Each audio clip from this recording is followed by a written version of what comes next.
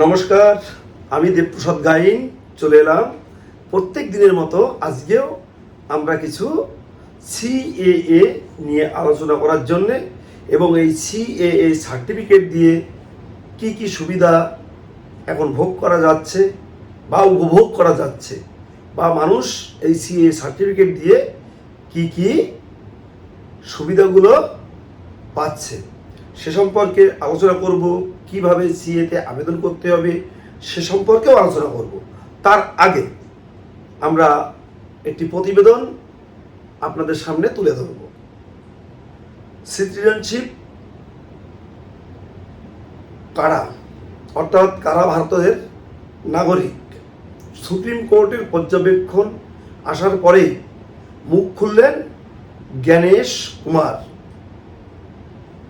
SIR প্রক্রিয়ায় voter তালিকা থেকে নাম বাদ পড়লেই কি ভারতীয় নাগরিকত্ব হারাতে হবে? বেশ কিছুদিন ধরে এই প্রশ্ন উঠছিল। এবার একটি মামলার পরিপ্রেক্ষিতে মৌখিকভাবে সুপ্রিম কোর্ট জানিয়ে দিল, এসআইআর প্রক্রিয়ায় ভোটার তালিকা থেকে নাম বাদ পড়া মানেই তার নাগরিকত্ব হরণ হয়নি বা সে তার নাগরিকত্ব থেকে বঞ্চিত হয়নি।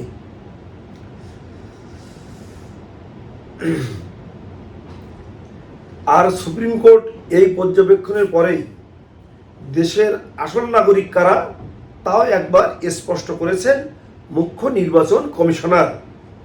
এই জায়গাটাই আমাদের একটু বুঝতে হবে।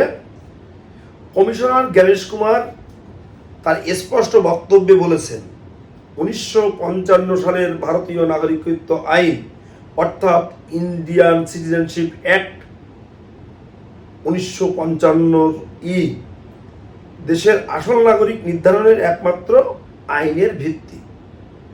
সম্প্রতি এক বিবৃতিতে তিনি সাফ জানিয়েছেন, এই আইন অনুযায়ী এখানে আমাদের কিন্তু মাথায় ঢোকাতে হবে, 1987 সালের 1 জুলাইয়ের আগে ভারতে জন্ম নেওয়া প্রত্যেক ব্যক্তি এদেশের নাগরিক। ভোট আবহে রাজ্যের এসআইআর প্রক্রিয়া নিয়ে কিছুটা হলেও হালকা চালেই এই কথা বলে দিয়েছেন জ্ঞানেশ কুমার। আমরা এটা করেছি কারণ কাউকে না কাউকে তো এটার দায়িত্ব নিতে হতো।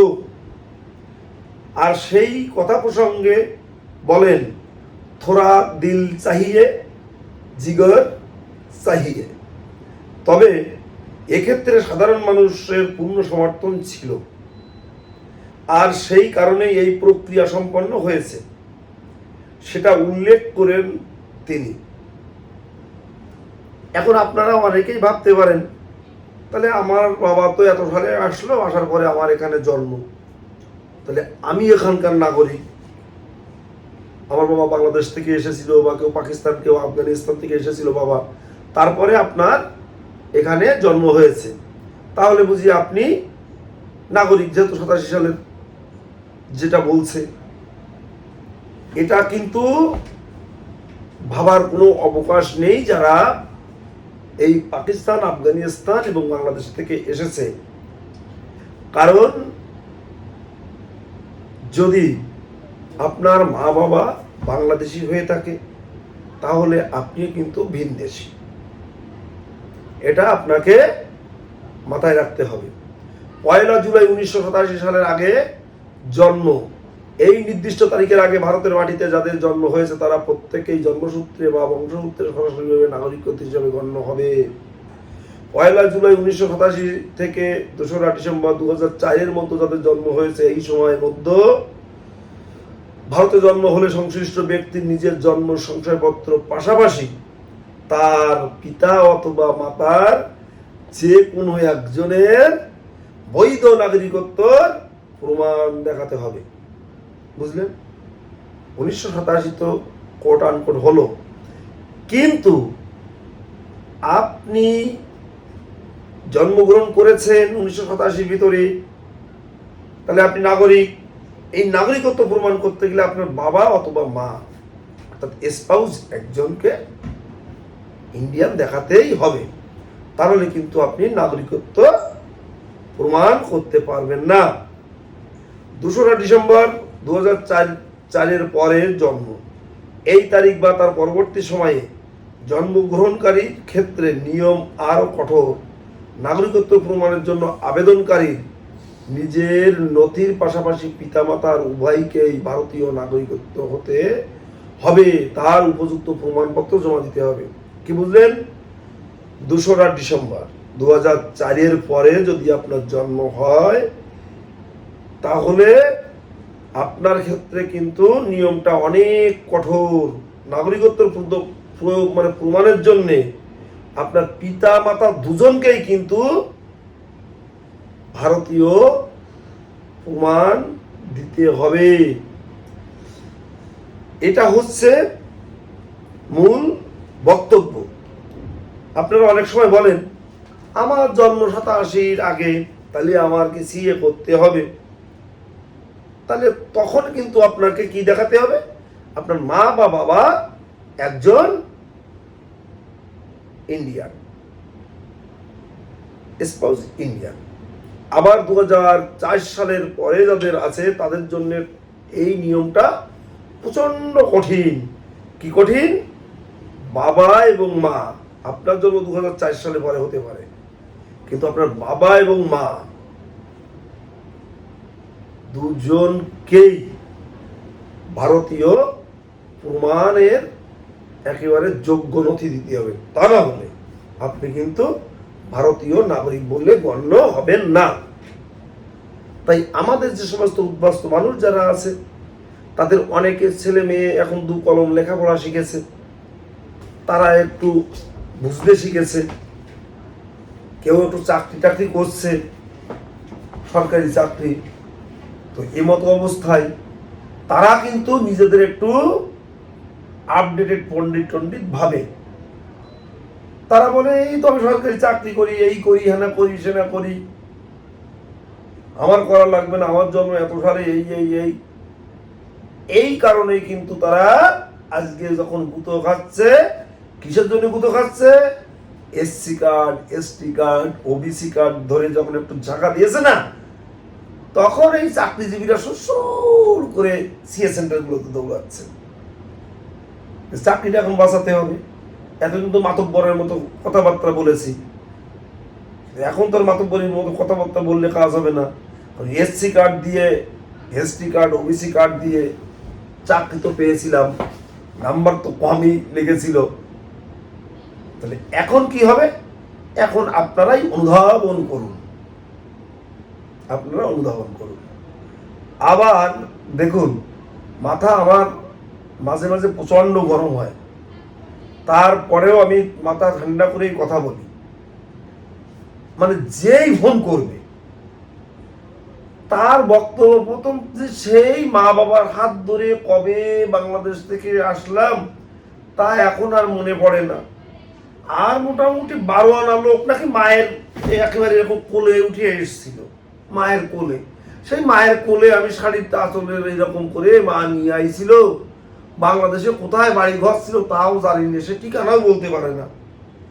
এই লোকগুলোর সিএতে আমি আবেদন করি না, এটা যখনই আমি বলে তখন আমি ধরে নিই এরা শালা মানে একেবারে সত্যি কথাও যদি বলে যে হ্যাঁ ওই টাইমে এসছিল, তাদেরও কাজ আমি করি না। আমি তখন বুঝে নিই যে ও দেশটা তো জ্বালিয়ে দিয়েছে, এখানেও কিন্তু এরা জ্বালাবে। তার কারণ তার মা বাবাকে তার সামনে কোনো দিনও বলেনি যে বাংলাদেশে আমার অমুক জেলায় অমুক জায়গায় বাড়ি ছিল, তোর মামার বাড়ি অমুক জেলায় অমুক জায়গায় বাড়ি ছিল, সে কোনো দিনও শোনেনি। তো এহেন মোটামুটি মানুষের থেকে আমাদের হাজার যোজন, হাজার ক্রোশ দূরে থাকতে হবে। কারণ এরা শুধু কোনো দেশের জন্য হুমকি নয়, সারা মানব জাতির জন্য এরা হুমকির সম্মুখীন, শত্রু। অনেকে জন্মগ্রহণ বাংলাদেশে, তারা বলতে লজ্জা পায়। স্বদেশের উপর নাহি যার মন, কে বলে মানুষ তার পশু সেই জন। আরে যেখানে জন্মগ্রহণ করেছে সেই জায়গাটার কথা বলতে দোষ কোথায়, ভয় কোথায়, লজ্জা কোথায়? নিজের মাকে অস্বীকার করবে, নিজের মাতৃভূমিকে অস্বীকার করবে, আর আমাদের এখানে সে লম্বা লম্বা গল্প করবে, আর আমরা দুহাত তুলে মোটামুটি হই হই করে তোমাদের সিএতে আবেদন করে দেব। যেখান থেকে খুশি সেখান থেকে করবে, এই সমস্ত মানুষ আমাদের কাছে আসবে না। অসহায় মানুষ 2-4 পয়সা খরচা করতে পারে না, আমার কাছে চলে আসবে, ফ্রি করে দেবো, কোর্ট নড়ারি পর্যন্ত আমি করে দেবো। 1 টাকাও তাদের খরচা করা লাগবে না, তাদের 50 টাকাও পেমেন্ট করা লাগবে না, সেটাও আমি করে দেব। কিন্তু যাদের সচ্ছল অবস্থা আছে তাদের কিন্তু কোর্ট অ্যাফিডেভিট, আপনার পোর্টালের খরচা, যে লোকটা অ্যাপ্লিকেশন করে দেবে তাদের খরচা দিয়েই কিন্তু আপনাদের করতে হবে। এখন হই হই হই হই রই রই করে সারা জায়গায় নাকি সিএ আবেদন করা হচ্ছে। কেউ বলছে অমুক নেতার বাড়ি থেকে করেছি, কেউ বলছে তমুক নেতার বাড়ি থেকে করেছি। আরে সেই নেতা তো আর বসে আপনাদের অ্যাপ্লিকেশন করছে না। এখন তো প্রত্যেকদিন শুনতে পাচ্ছি যে আমি অমুক জায়গার থেকে করেছিলাম, অমুক নেতার বাড়ির থেকে। তো করার পরে যে করাটা হয়েছে, এখন সিএর এই হিয়ারিং সেন্টারে এসে একদম হাক্টিমা টিম টিম দিতে দিতে বাড়ি যেতে হচ্ছে। কেন? অ্যাপ্লিকেশন ভুল ভুল ভুল। এই কারণেই আমরা বারবার বলি, যারা জানে না বোঝে না তাদের কাছে আপনারা অ্যাপ্লিকেশন করতে যাবেন না। এটা হচ্ছে আমাদের প্রত্যেক দিনের বক্তব্য। অনেকে বলছিলেন, বা আসলে আমিও জানি, অনেক জায়গার খবর আমারও কাছে আছে, সিএর সার্টিফিকেট নিয়ে ভোটার তালিকায় নাম উঠানো যাচ্ছে না।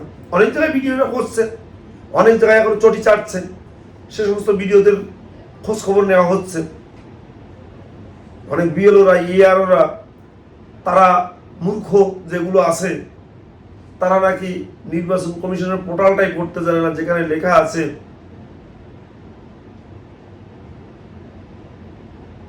বাই ন্যাশনালাইজেশন অ্যান্ড বাই রেজিস্ট্রেশনের মাধ্যমে যারা নাগরিকত্ব পেয়েছে ভারতের, তারা এখানকার নাগরিক।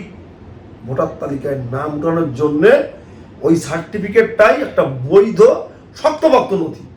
কিন্তু এই এআরও, এই বিএলও, এই বিডিও দীর্ঘ 15টা বছর চটি চেটেছে, ওদের পটি চেটেছে। আজকে সেই চটি শোকে মাথার তলে নিয়ে ঘুমায়। এই সমস্ত লোকগুলোর কাছে যখন আমাদের এই উদ্বাস্ত মানুষ যারা সিটিজেনশিপ পেয়েছে সি এর মাধ্যমে, তাদের সাথে 2 নম্বরই করছে। ক্ষমা তো করা যাবে না এদের। ডিম থেরাপি দিতে গেলেও ডিমগুলো সেদ্ধ করে নিয়ে দেওয়ার দরকার, আমি মনে করি। পচা ডিম দিয়ে এদের ডিম থেরাপি দেওয়ার কোনো প্রয়োজন নেই। ডিমগুলো সেদ্ধ করে নিয়ে সেগুলোই ছড়া দরকার। যদিও আপনারা ছুটতে পারবেন না, দুর্বল সেটা মানুষ। আমরা সত্যি আমরা অসহায় উদ্বাস্ত মানুষ, এখানে আমরা অসহায়ভাবে আছি। সেই কারণে আমরা কিছু বলতে পারছি না। তাহলে গায়ে শক্তি বা বল কারো থেকে আমাদের কম না, কারো থেকে হার্ড, যে আমাদের ওদের হার্টটা এতটুকু বা এইরকম 2 কেজি, আমাদেরটা ½ কেজি, এইরকম না। ওদের 2 কেজি হলে আমার 2 কেজি 200 গ্রাম হয়তো হবে, ওদের যদি 4 কেজি আমাদের 5 কেজিও হতে পারে অনেকের। কিন্তু আমরা স্বদেশেই পরবাসী। রাতের অন্ধকারে কিছু কংগ্রেসি দালালরা দালালি করে আমার বাপ ঠাকুর দাদা যখন ঘুমানো ছিল তাদেরকে পূর্ব পাকিস্তানি করে দিয়েছিল। ঘুম দিয়ে উঠে দেখে যে মহান ভারতবর্ষে বাস করছে, সেটা আজকে পূর্ব পাকিস্তান হয়ে গেছে। এ সমস্ত অনেক যন্ত্রণা, অনেক কষ্ট, অনেক কথা বলি। তো একটা কথা বলি, চাঁদপাড়াতে আমার একজন চেনা পরিচিত, সে সি এর মাধ্যমে নাগরিকত্ব পেয়েছিল, আমার কাছ থেকেই করেছিল, আমি করে দিয়েছিলাম। সে রেশন না তোলার কারণে তার রেশন কার্ডটি বন্ধ হয়ে যায়, ব্লক হয়ে যায়। সে যখন সি এর সার্টিফিকেটটি নিয়ে বনগাঁর ফুড অফিসে যায়, বলে আমার এই সি এর সার্টিফিকেটটি না, বলছে আমার এই রেশন কার্ডটি ব্লক হয়ে গেছে, মাল তুলতে পারছি না। বলছে তোমার ভোটার তালিকায় নাম আছে, বলছো না নেই, কেটে গেছে। বলছে তাহলে হবে না। তখন সে বলল যে কেন হবে না? রাজ্যের খাদ্যমন্ত্রী বলছে যে সার্টিফিকেট আগে পাওয়ার দরকার নেই, সিএতে আবেদন করলেই তার এমআইএস নাম্বার থাকলেই তার রেশন কার্ড কেউ কাটতে পারবে না, তার রেশন বন্ধ হবে না। আপনি এই কথা কেন বলছেন? এই যে আমার সিএ সার্টিফিকেট, বলছে এই সম্পর্কে আমাদের কোনো কিছুই ধারণা নেই। তখন ও বলল তাহলে ঠিক আছে, আমি তাহলে খাদ্যমন্ত্রীর সাথে আমি কথা বলবো এখন। যদি তার সাথে এখন ফোনে কথা না বলতে পারি, তাহলে তার বাড়িতে যাব, আপনার ফোন নাম্বারটা দেবেন। তখন বলছে যে সে অফিসে বলছে তাহলে 1 মিনিট দেরি করেন। বলে সে কার সাথে একটু ফোনে কথাবার্তা বলে বললো যে 2 মিনিট লাগেনি দাদা, 2 সেকেন্ড কথা বলে এই ফোনটা কেটে দিয়ে আবার বললো দাও, সাথে সাথে আমারটাই অ্যাক্টিভ করে দিল। আপনারা সচেতন হন, সক্রিয় হন, কোনো অসুবিধা নেই। এখনকার মন্ত্রী, এমএলএ, আমাদের রাজ্যের মুখ্যমন্ত্রী, এদের সঙ্গে কথা বলতে গেলে, এদের সাথে যোগাযোগ করতে গেলে আগের জামানার মতো নেই। যে কেউ আপনারা এই রাজ্যের মুখ্যমন্ত্রীর সাথে আপনারা কথা বলতে পারেন, যে কেউ এই রাজ্যের মন্ত্রীদের সাথে সহজভাবে কথা বলতে পারেন, এমএলএদের সাথে কথা বলতে পারেন সহজভাবে। অত সিকিউরিটি, অমুক তমুক প্রোটোকল এখনকার এই যে সরকার চলছে, এই সরকার আমাদের মাননীয় মুখ্যমন্ত্রী শুভেন্দু অধিকারীর সরকার, তার সরকারে বেশ কিছু এমএলএ এবং কয়েকজন এমপি এবং কয়েকজন মন্ত্রী, তাদের সাথে ব্যক্তিগতভাবে আমার ন্যূনতম একটু যোগাযোগ আছে বা কথাবার্তা হয়। সরাসরি বসে কথা বলারও মোটামুটি আমার একটু যোগাযোগ বা বলেন, আর তাদের ভালোবাসা বলেন, আমার তাদের প্রতি ভালোবাসা বলেন, তার মাধ্যম দিয়ে হয় বা পারি। যে কারণে আমাদের এই উদ্বাস্তু মানুষের কথাবার্তাগুলো আমাদের মাননীয় খাদ্যমন্ত্রী বলেন, আমার গুরু কবি অসীম সরকার বলেন, আমাদের কুলগুরু শান্তনু ঠাকুর মহাশয় মন্ত্রী এবং আমাদের সুব্রত ঠাকুর মহাশয়, এনাদের সামনে কিন্তু আমরা আমাদের বক্তব্যগুলো তুলে ধরতে পারি, কোনো অসুবিধা হয় না এবং তোলা যায়। তাদের কাছে যেতে গেলে অ্যাপয়েন্টমেন্ট নিয়ে যাওয়ারও প্রয়োজন হয় না। তারা এতটাই উদার, এতটাই সহজ সরল। তাই বলবো, আপনারা কেউ ভয় পাবেন না। আপনাদের সমস্ত সমস্যা, অসুবিধা এই সিএ সার্টিফিকেট পাওয়ার পরে যেগুলো হচ্ছে, আপনারা অবশ্যই আমাদের সাথে একটু জানানোর চেষ্টা করবেন। আমরা আপনাদের সহযোগিতা করার চেষ্টা করব যতটুকু আমার পক্ষে সম্ভব। যাই হোক, এবার আসা যাক সিএএতে আবেদন করতে গেলে কি করতে হবে। আপনি 2014 সালের 31শে ডিসেম্বরের ভিতরে এসেছেন, তার একটি ডকুমেন্টস লাগবে, যেমন Aadhaar card, voter card, ration card, PAN card, ব্যাংকের বই, জমি দলিল ইত্যাদি ইত্যাদি। আর এখানকার কি লাগবে? এখানকার লাগবে একটি ধর্মীয় সার্টিফিকেট, 3টে কোর্ট নটারি। আর বাংলাদেশের কি লাগবে? হয় আপনার নিজের, তা নইলে আপনার বাবা বা আপনার ঠাকুরদাদা বা আপনার মা, মায়ের মা, মায়ের বাবা, এদের জন্ম সার্টিফিকেট, কারো ভোটার কার্ড, তা নাহলে তাদের স্কুল সার্টিফিকেট, জমির দলিল, জমির পর্চা ইত্যাদি ইত্যাদি। এই ডকুমেন্টসগুলো হলে আপনারা কিন্তু সিএতে আবেদন করতে পারবেন। সর্বোপরি বলবো, আপনারা ভারতবর্ষের যেখানেই থাকুন না কেন, আপনারা আমাদের সাথে যোগাযোগ করবেন। আমরা আপনাদের সিএতে আবেদন করার জন্য সার্বিক সহযোগিতা করব। আপনি ভারতবর্ষের যে কোনো রাজ্যে থাকতে পারেন, আপনাকে আমরা সহযোগিতা করব, কোনো চিন্তা নেই। আপনি পশ্চিমবঙ্গের যে কোনো রাজ্যে থাকতে পারেন, কোনো অসুবিধা নেই। আপনারা আমাদের সাথে যোগাযোগ করবেন, আপনাদের সিএতে আবেদন করার সার্বিক সহযোগিতা করব। আমার ফোন নাম্বার 9804682324। আর উত্তর 24 পরগনার নিউ ব্যারাকপুরে অনুপম সরকারের একটি সিএ সেন্টার আছে, আপনাদের সামনে তার ফোন নাম্বারটি আমি ডিসক্রিপশনে দিয়ে দেব, আপনারা যোগাযোগ করে তার মাধ্যমেও সিএতে আবেদন করতে পারেন। তো আপনারা যারা শহর বন্দর গ্রাম গঞ্জের যে সমস্ত মানুষ আপনারা আছেন, আমার প্রতিবেদন প্রত্যেক দিন দেখেন, তাদেরকে বলবো আপনারা সুস্থ থাকবেন, ভালো থাকবেন, সুন্দর থাকবেন। এই কামনায় আজকের মতো আমার বক্তব্য এখানেই শেষ করব। তার আগে আমার পূজনীয় বয়োজ্যেষ্ঠদের চরণে রইল আমার শতকোটি প্রণাম।